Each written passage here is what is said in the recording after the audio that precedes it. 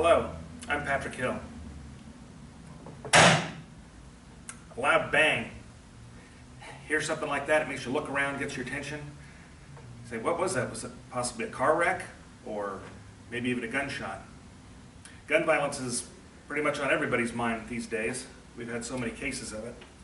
Just last month, a gunman killed 8 people over at the FedEx Ground Center, located only 7 miles from here. When these things happen, we have to ask ourselves, what can we do? Is there a way to prevent them from happening again in the future? Some people say the answer is to pass more laws. An example of this is House Resolution 8. It's a law, or a bill to be a law, called the Bipartisan Background Checks Act of 2021. It was passed the House in March, and it's awaiting review now by Senate. Here's the things that this bill would do if it becomes a law. First, it will legalize almost any transfer of firearms between private citizens. Any sale or exchange would have to go through a licensed dealer. That dealer will be performing a background check. It'll also remove the time limits for the completion of the background check. Now, have any of you ever sold a used car that you owned? If you can kind of picture, if this process was applied to that, that would mean that to sell your car, you would have to take it to a dealership. They would take possession. Your buyer would have to go through them. The dealer would do a run on the license of the potential buyer, and then there's no question on the time frame of when the background check will be completed for them to be able to purchase your car. Sounds like quite a hassle, doesn't it? On top of that, if this bill was passed into a law, I don't think it'll significantly reduce gun violence. I do, however, believe that it'll damage the rights and safety of citizens. Today I'll explain why I believe these things with 4 points. First, I'm going to make some comparisons between guns and cars. Next, I'm going to talk about the Constitution and our rights. Then I'm going to tell you all a secret. It's a secret as to why this particular law wouldn't work. Then I'm going to give you a real problem and provide a real solution. First, let's talk cars and guns. Which are there more of here in the United States? Who knows? Who said guns? You're absolutely right. There are more guns in the United States. It's believed there are over 300 million guns held by private citizens in the U.S. Registered automobiles, there's only about 276 million of those. Now, which of these two things kill more people each year? Who said guns? Sorry, you're wrong. It's actually cars. Car accidents are the leading cause of death in healthy adults in America. There's over 40,000 car fatalities per year. Gun-related deaths come close. There are about 39,000 of those. However, it's important to keep in mind that over 60% of those gun-related deaths are ruled to be suicides. Now, if we adjust for that, that means that we get less than 16,000 gun deaths per year.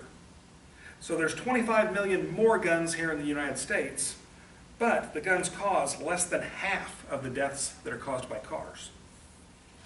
Let's talk the Constitution. The Second Amendment says that the right of the people to keep and bear arms shall not be infringed. Why'd they write it in there? Probably for citizens to be able to protect themselves and their families and their homes. It was also probably a protection so they could maintain their other rights. It's interesting to look at the Third Amendment, which promises citizens can't be forced to house soldiers. And then the Fourth Amendment, which protects citizens against unlawful search and seizure. Well, if someone has a gun and wants to do these things to you and you don't have a gun in your house, how are you going to stop them? That's basically the only way you can defend those rights. What about the ethics of constitutional rights? It's been argued that it's morally wrong to restrict the rights of one individual based on the excuse of protecting the rights of another. It falls into a category of maybe. You're taking a right away from one person and you're not really sure if it's going to have any effect on a person who possibly might have a problem. It's ethically wrong to do this. Now comes the secret I told you about. And here it is. Why won't HR8, the background check law, work? It's because criminals don't obey laws. I'll say it again. Criminals don't obey laws. Seems pretty simple, but some people have trouble understanding this. That's the nature of a criminal. They break the law. Some felons that were in prison for gun violent crimes were asked where they got the gun. more than half of the inmates questioned admitted that they stole it or bought it illicitly off the street, or that they just found it. That's more than half. That kind of gives you an idea of what criminals do. They don't act within the law when they're going to get something like a gun. They already go outside the law. Now let's look at how law-abiding citizens might be affected. How often do Americans use a gun to defend themselves in our country? Would you believe it's up to 2.5 million times a year? Could this law potentially harm those people? Yes. It's going to make it harder for them to be able to defend themselves. Sabrina was an 18-year-old girl in Memphis, Tennessee. On December 15th, she reported to the authorities that her ex-boyfriend had threatened to kill her over 50 times. While they were investigating, January 2nd of 2021, Sabrina's body was found. She'd been stabbed to death. Now, we don't know if she tried to buy or borrow a gun, but we do know this.